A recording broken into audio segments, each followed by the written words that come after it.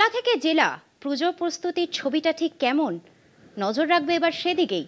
বাঁকুড়ার হোদল নারায়ণপুরের ৩৫০ বছরের প্রাচীন জমিদার বাড়ির পুজো। এই পুজোকে ঘিরে রয়েছে একাধিক ইতিহাস।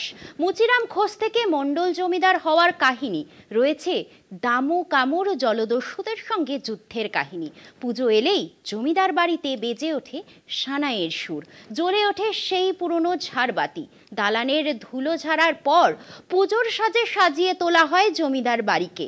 দেশ বিদেশ থেকে পরিবারের সদস্যরা ইতিহাস ছুটে আসেন এই জমিদার বাড়িতে।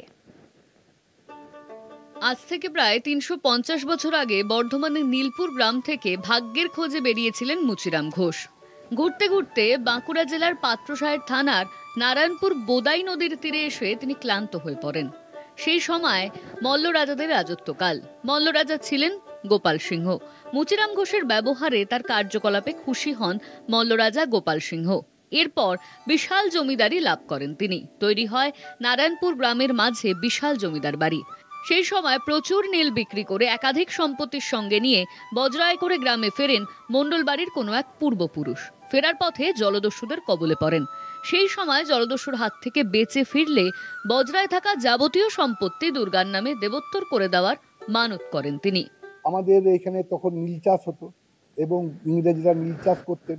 তখন তাদের কাছ থেকে 5টা 6টা নীলকুঠি আমাদেরকে দান করেন এবং সেই নীল চাষ করে ব্যবসা বাণিজ্য করতেন। ব্যবসা বাণিজ্য করতে করতে তারা নদীপথে যখন নীল নিয়ে যাচ্ছেন কলকাতায় কিংবা যেখানে হোক যেখানে দিতেন, সেই সময় জলদস্যুদের আক্রমণে পরে আমাদের জমিদাররা তখন আমাদের লেঠেল দামু কামু ওনাদেরকে রক্ষা করে এবং তিনি মানত করেন যে আমি ফিরে গিয়ে আমি দুর্গাপুজো প্রতিষ্ঠা করি।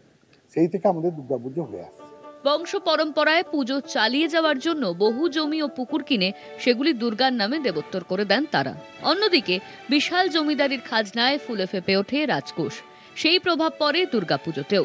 সে সময় পুজোর সময় 7 দিন ধরে নহবত বসত। দুর্গা মন্দির সহ সমস্ত মন্দির সাজানো হতো বেলজিয়াম গ্লাসের বিশাল বিশাল ঝাড়বাতিতে। পুজোর সময় বসত পুতুল নাচের আসর, যাত্রাপালা। দুর্গাপুজোর প্রতিটি নির্ঘণ্ট ঘোষিত হতো তোপধ্বনিতে। দূর দূরান্তের মানুষ ও প্রজারা হাজির হতেন এই পুজোতে। আজ আর সেই নীলকুঠি নেই জমিদারিও।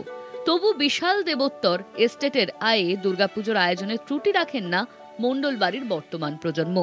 পুজোর সময় দেশের বিভিন্ন প্রান্ত থেকে ছুটে আসেন জমিদার বাড়ির সদস্যরাও, শুধু ইতিহাসকে ছুঁয়ে দেখার বাসনায়।